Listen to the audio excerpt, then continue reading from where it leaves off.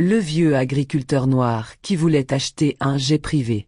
Un conte moderne sur le respect, la dignité et la grandeur silencieuse. Au cœur du Mali rural, bien loin des klaxons de Bamako et des réseaux téléphoniques capricieux, s'étendaient à perte de vue les plaines ocres de Koutiala, terres ancestrales nourries de sueur, de silence et de soleil. Là, sous un ciel vaste et sans fin, les couchers de soleil embrasaient les champs, teignant chaque tige de mil d'une lueur d'or, chaque feuille de manguier d'une ombre pourpre. C'était une peinture mouvante, quotidienne, que seuls les vivants du sol pouvaient comprendre. C'est là que vivait Abdoulaye Keïta, que tous appelaient affectueusement Vieux Keïta. Mais ce surnom, porteur d'amour et de respect dans le village, ne disait rien de la légende qu'il était devenu. Un vieil homme à la barbe blanche comme la cendre d'un feu sacré, le regard vif et tranquille, et la voix basse, presque murmurée, mais qui portait plus loin qu'un tambour de griot. Il marchait lentement, appuyé sur une canne sculptée dans du bois d'ébène, hérité de son père. À première vue, il avait l'air d'un vieil homme ordinaire, un cultivateur fatigué par les années. Mais ceux qui savaient, ceux qui avaient vu, savaient qu'il était un empire silencieux sur deux jambes. Pendant 40 ans, jour après jour, saison après saison, il avait défié la sécheresse, les criquets, la corruption et la solitude. Il avait appris à lire la terre comme d'autres lisent les étoiles, à sentir les mouvements de l'eau sous les racines, à écouter le chant des feuilles pour deviner la pluie. Il cultivait le coton comme d'autres écrivent des poèmes, avec rigueur et douceur. Le mil, il le plantait en respectant des rythmes anciens appris auprès de sa mère, une prêtresse du sol. Le riz, il l'avait introduit dans des zones arides grâce à un système d'irrigation inventé de ses propres mains. Quant aux mangues, elles étaient connues jusqu'à Dakar pour leur chair sucrée et leur peau dorée. Mais ce que personne ne savait vraiment, sauf peut-être son petit-fils Malik, c'est qu'au fil des décennies, en toute discrétion, Abdoulaye avait bâti un réseau complexe et puissant. Il possédait plusieurs entreprises agroalimentaires, fournissant des chaînes d'hôtels de luxe en Afrique de l'Est, et vendant ses produits à des marchés bio en Europe. Il détenait des parts importantes dans des compagnies d'exportation à Dubaï, en Chine, au Brésil, et même un entrepôt frigorifique près du port de Rotterdam. Il n'aimait pas le bruit. Il n'aimait pas les honneurs. Il refusait les titres, les interviews, les cérémonies. Tout ce qui brillait l'ennuyait. Il ne possédait pas de montre en or, mais un vieux cadran en cuir. Il n'avait pas de villa en ville, mais une case en banco rénovée par ses soins, avec un toit couvert de panneaux solaires. Il vivait richement, mais simplement. Il portait des boubous en coton tissé, parfois délavés, mais toujours propres. Il les pliait lui-même. Il roulait dans une Toyota Hilux cabossée, vestige d'un temps ancien, qu'il refusait de changer, disant « Cette voiture a traversé les tempêtes avec moi. Je ne l'abandonnerai pas pour du plastique neuf. » Et pourtant, malgré son allure modeste, Abdoulaye Keïta gagnait chaque année entre 3 et 5 millions d'euros, selon les fluctuations du marché. Mais jamais il ne comptait. Il redistribuait, investissait, et finançait des écoles, des forages, des coopératives agricoles. Il préférait entendre un enfant lire que d'entendre son nom à la radio. Ce matin-là, à l'aube de ses 74 ans, Abdoulaye se tenait debout devant sa case, tenant une tasse de café tout bas fumant. Il observait le vol des grues couronnées, qui se formaient en V au-dessus des champs. Son regard suivait leur trajectoire, calme, stable, libre. Et soudain, quelque chose bougea en lui. Pas une idée nouvelle. Un appel ancien qu'il avait toujours repoussé. Et si je me faisais construire un jet privé? Pas pour le luxe. Pour la liberté. Pour ne plus attendre dans les aéroports. Pour aller de Dakar à Sao Paulo en 8 heures. Pour visiter mes partenaires sans perdre 2 jours. Pour voler comme ces oiseaux-là, sans escale, sans détour. Il n'y avait pas d'excitation dans cette pensée. Juste la sagesse d'un homme qui avait assez marché, et qui voulait désormais voler. Ce jour-là, sous les derniers rayons pâles de l'aube, Abdoulaye Keïta prit une décision. Le jour de leur arrivée à Paris-le-Bourget, le ciel était d'un bleu métallique, tranchant comme la carrosserie des avions garés sur le tarmac privé. Abdoulaye Keïta, coiffé de son bonnet tissé à la main, portait un boubou indigo impeccablement repassé. À ses côtés marchait Malik, son petit-fils de 26 ans, jeune diplômé de l'ESCP Business School, costume ajusté, démarche assurée, regard protecteur envers ce grand-père qu'il avait élevé à la fois dans la tradition et la vision. Ils franchirent ensemble les portes vitrées d'un salon d'exposition aéronautique, temple moderne du capitalisme triomphant, où l'argent sentait le cuir italien et le café bio importé de Colombie. Le sol en marbre blanc brillait sous l'éclairage indirect, et l'air était saturé de silence, d'attente, de performances mesurées en millions d'euros. À peine eut-il franchi le seuil que le silence se fit, non pas le silence poli de la concentration, mais celui, plus lourd, d'un malaise collectif feutré. Un silence tranché par des regards, surpris, curieux, froids. Tous les employés présents, jeunes, blancs, parfaitement taillés dans des costumes de marque, suspendirent leurs gestes. Certains baissèrent les yeux, d'autres échangèrent des regards complices, presque moqueurs. Un vieil homme noir, en boubou, dans un lieu réservé aux milliardaires silencieux? Un vendeur s'approcha. Il avait l'air d'un mannequin sorti d'un magazine de luxe, cheveux gominés, chaussures italiennes brillantes, sourire professionnel mais tendu comme un fil prêt à rompre. « Puis-je vous aider, monsieur ?» La voix était douce, mais le ton trahissait un doute, une attente inconsciente d'un malentendu. Abdoulaye N. Sourcilla Paz. Keita. Je viens voir les Jets Falcon. À la mention du mot Falcon, le vendeur émit un petit rire pas méchant, mais bourré d'une condescendance polie, comme on en sert aux gens qu'on prend pour des rêveurs. Ce sont des appareils très particuliers, monsieur. Très exclusifs. Peut-être que nos modèles d'occasion conviendraient mieux à votre profil. Le mot tomba comme un caillou dans l'eau. Profil. Malik Sefigea. Son Powing Seserra.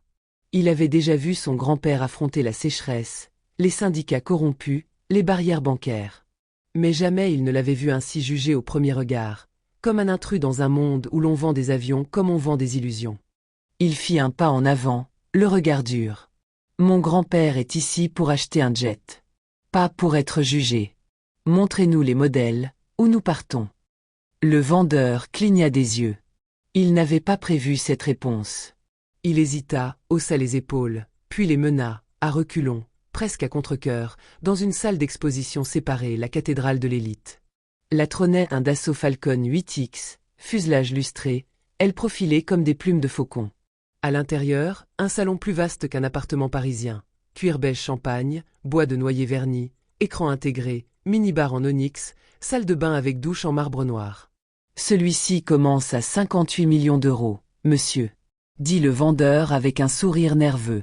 C'est un peu plus élitiste, si vous voyez ce que je veux dire. Abdoulaye ne répondit pas. Il s'avança lentement, ses sandales de cuir tapant doucement le sol de la salle. Il toucha du doigt un accoudoir, observa la finition d'un hublot, puis se retourna calmement vers le vendeur. De sa besace en cuir, il sortit une tablette numérique vieillotte mais robuste, l'alluma, pianota sans se presser, ouvrit un dossier. Puis il le tourna vers l'homme. S'afficha alors. Un contrat d'achat préapprouvé de 58,4 millions d'euros, signé par une banque privée suisse. Une lettre de garantie d'une holding luxembourgeoise. Une preuve de solvabilité validée par Paris. Et enfin, un historique de paiement en cash d'un hélicoptère Agusta AW139, acheté 2 ans auparavant pour son exploitation de mangue en Guinée-Bissau. Le vendeur blemit. Ses yeux passèrent du document à Malik, puis à Abdoulaye, puis de nouveau au document. Il ouvrit la bouche, mais aucun mot n'en sortit. Abdoulaye pencha légèrement la tête, comme s'il s'adressait à un enfant désorienté. Vous voyez, jeune homme, je ne suis pas ici pour rêver. Je suis ici pour choisir.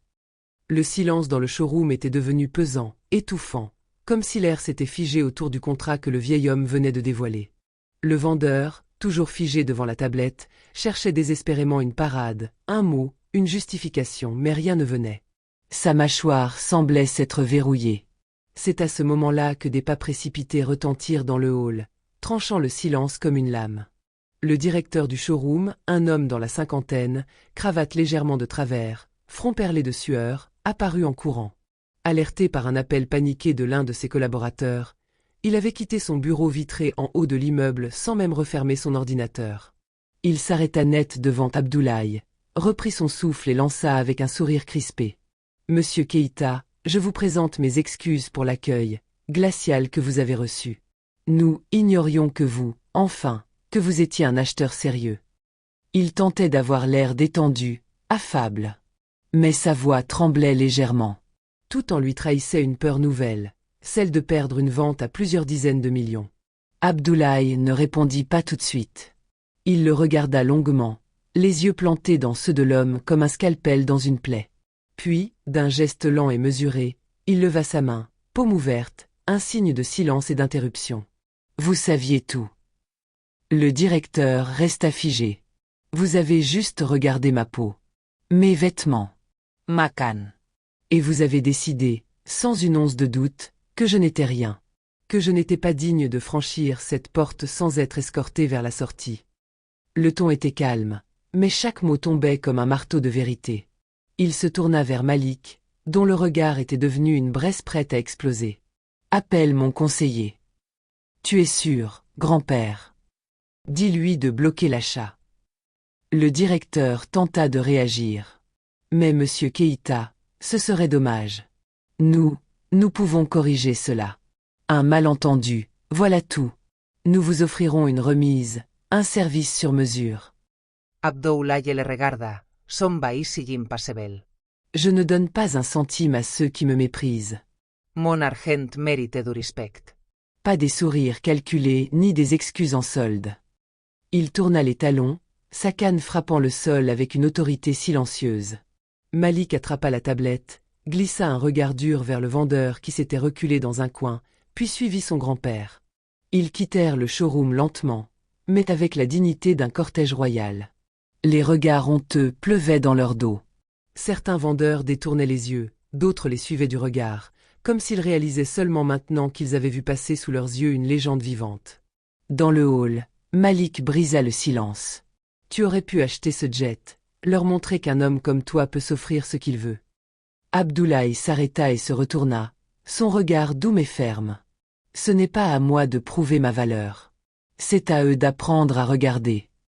Puis, dans le vent froid de Paris, ils disparurent, laissant derrière eux non pas une simple négociation ratée, mais une leçon gravée dans le marbre. La richesse n'est rien si elle n'est pas accompagnée de respect. Et le respect, lui, ne s'achète pas, il se mérite. Une semaine passa. Une semaine de silence apparent mais d'activité fébrile. Tandis que les vendeurs parisiens ressassaient leur erreur et que certains journaux spécialisés murmuraient l'anecdote à demi-mot, Abdoulaye Keïta, lui, traçait un autre chemin. Un chemin forgé non dans le chrome froid des showrooms occidentaux, mais dans la chaleur de la solidarité, dans l'intelligence panafricaine, dans la mémoire vivante des racines. Grâce à Malik et à un réseau d'entrepreneurs africains de la diaspora, il entra en contact avec un certain Ibrahim Doumbia, ancien mécanicien d'avion né dans les quartiers populaires d'Abidjan, devenu fondateur d'une société aéronautique florissante basée à Dubaï. Ibrahim n'avait que 38 ans. Sa voix portait encore l'enthousiasme des rêveurs, mais son regard était celui des survivants. Il accueillit Abdoulaye avec un respect non feint, les deux hommes se serrant la main comme deux générations qui se reconnaissent. « Je ne vends pas seulement des avions, monsieur Keïta, dit Ibrahim. En lui servant un thé à la menthe sur une terrasse donnant sur les dunes, je vends de la liberté. Et j'espère que nos enfants n'auront plus jamais à acheter leur dignité. » Le vieux sourit. Et sans poser de questions, il acheta un jet neuf, un modèle personnalisé, conçu pour allier performance, confort et autonomie. Mais il ne s'arrêta pas là. Impressionné par l'intelligence du jeune homme, par la précision de ses équipes et l'ambition claire de créer un avenir aéronautique africain autonome, Abdoulaye investit 15 millions d'euros dans la start-up de maintenance et d'ingénierie aérienne qu'Ibrahim développait. Ce fut un pacte silencieux entre deux bâtisseurs, une alliance entre le champ de coton et la piste d'envol. Quelques mois plus tard, l'Afrique vit naître un symbole. À Dakar, sur le tarmac chaud et poussiéreux transformé en sol sacré, le premier terminal d'aviation privé 100% africain fut inauguré. Il ne portait pas un nom étranger, pas un nom d'importation coloniale. Non. Il s'appelait Lenid Dubieux Keïta. C'était un lieu à la fois moderne et enraciné, où les colonnes rappelaient les baobabs sacrés et les vitres reflétaient les dunes du Sahel. Chaque détail avait été pensé pour honorer le continent, de l'art mural malien au café éthiopien servi en cérémonie. Et les hommes d'affaires affluèrent. D'Afrique du Sud, du Nigeria, du Kenya, du Maroc. Même des Antilles et des États-Unis. Le terminal devint un lieu de rencontre, de business, mais aussi d'orgueil panafricain retrouvé. Pendant ce temps, dans son village du Cercle de Blas, sous les manguiers centenaires, les enfants racontaient une histoire. L'histoire d'un vieil homme qui ne voulait pas prouver qu'il était riche, mais qu'il était digne. Il a acheté un avion, pas pour fuir le sol, mais pour que les enfants du sol sachent qu'ils peuvent voler, murmurait l'instituteur à ses élèves. Dans les maisons, les griots modernes racontaient la saga de Keïta à la radio, et sur les réseaux sociaux, sa phrase devint virale, gravée non seulement sur la carlingue de son jet, mais dans les consciences. Je viens du sol. Mais je vole plus haut que vos préjugés. Et quand Abdoulaye survolait les terres rouges de son enfance, sa canne posée contre le siège en cuir ivoire, il fermait les yeux non pour dormir, mais pour se souvenir. De ses débuts. Des saisons sèches et des pluies capricieuses. Des nuits sans électricité et des jours sans repos. Et il souriait, car au fond, il savait que le plus beau vol qu'il ait jamais accompli, ce n'était pas celui en jet. C'était celui qu'il avait offert à tous ceux qui, un jour, avaient cru qu'ils devaient rester à genoux.